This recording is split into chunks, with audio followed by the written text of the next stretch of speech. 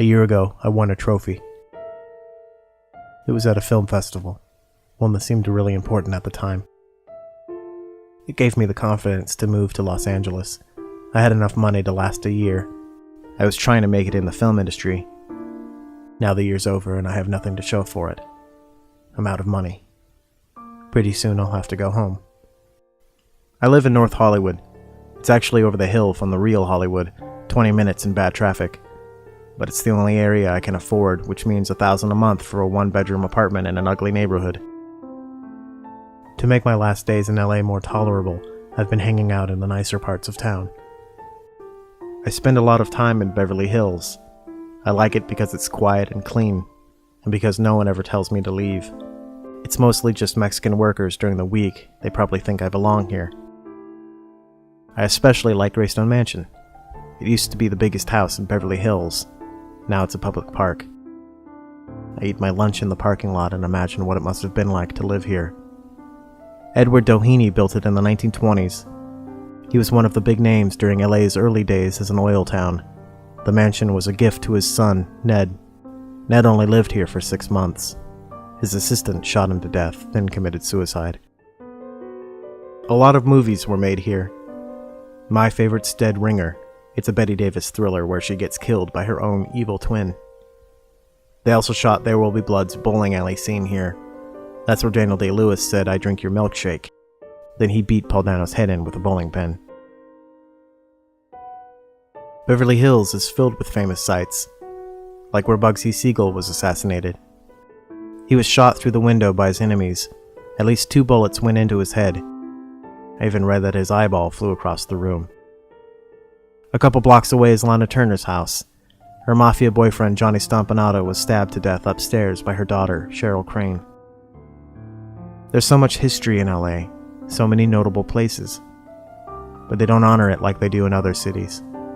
Edgar Allan Poe's house in Philadelphia is a National Historic Site, but F. Scott Fitzgerald died in this apartment, and there's not even a plaque.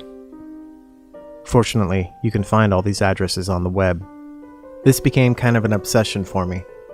It helped me forget about my professional failures and made me feel more like a historian, someone who could see the connection between LA's dark past and its lackluster present. I started thinking I could make a pretty good tour guide, or that I could even shoot a documentary about these places, but things change. It was a couple of weeks before Thanksgiving. I was in West Hollywood looking for Jim Morrison's Last American Address when I saw her. She was beautiful, but only in that obvious, untouchable California way. I could tell she didn't live here. She didn't use the garage or have a parking permit. That meant she had to move her car in 1 hour or else get a ticket. I was curious and I had nothing else to do, so I waited and watched. 50 minutes later, she left. It was just before 2 o'clock, end of lunch hour. A minute later, a wealthy-looking man left the building.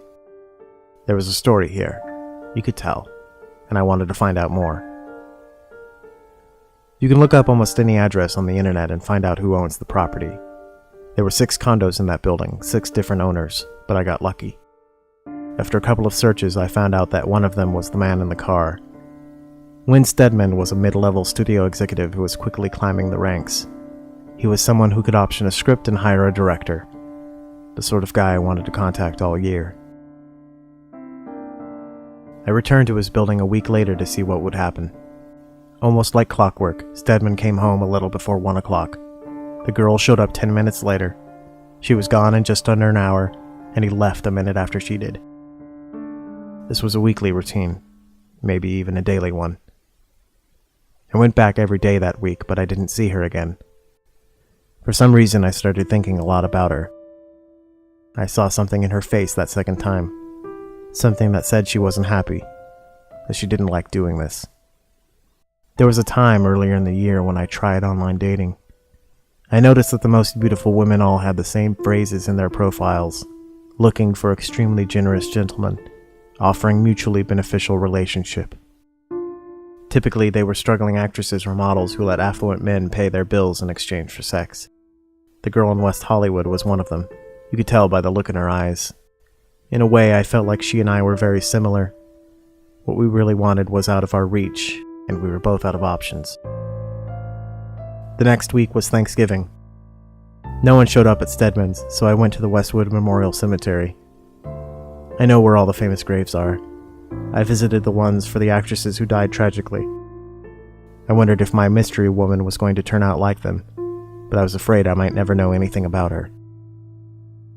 I came up with a way that I could meet her in person. I'd pretend that I was a courier, someone trying to deliver some documents to one of Stedman's neighbors. I'd tell her that I couldn't get the neighbor on the phone, so could she open the door so I could drop off the envelope. I'd make a little joke. She'd smile. Maybe we'd talk a little, get to know each other, nothing serious. I'd be happy if she just told me her first name. But she didn't even look at me. I was nothing. Nobody. I was ignored by industry people all year, but she finally made it clear what life in LA comes down to. Because I couldn't do anything for her, I wasn't worth knowing. It was stupid to think I could have made a connection. She was part of the same hierarchy that Stedman was, using him just like he was using her. That's the reality of this city. Money gives you power. Beauty gives you power. And the powerful only talk to each other, only hire each other, only have sex with each other. The rest of us don't even exist. You'll never bridge the chasm between people like Stedman and his girl and people like us. Stedman's old neighbor F. Scott Fitzgerald called that chasm the Valley of Ashes. You could also call it North Hollywood. But even if Los Angeles had beaten me, I wouldn't go home in defeat. A mid-level studio executive might lead a great life. He might make a lot of money, sleep with a lot of women, drive a lot of fast cars. But no one loves him. No one looks up to him. No one will miss him when he's gone. I'd like to think I was actually doing Stedman a favor. I was about to make him part of Hollywood history. He'd soon join the ranks of Ned Doheny, Bugsy Siegel, Johnny Stompanato, Robert Kennedy, Marvin Gaye, Sal Mineo, Biggie Smalls, Phil Hartman, Sam Cooke, Jack Nance, Ron Goldman, Hang-Ass Noor, Jose Menendez, Ramon Navarro, and William Desmond Taylor.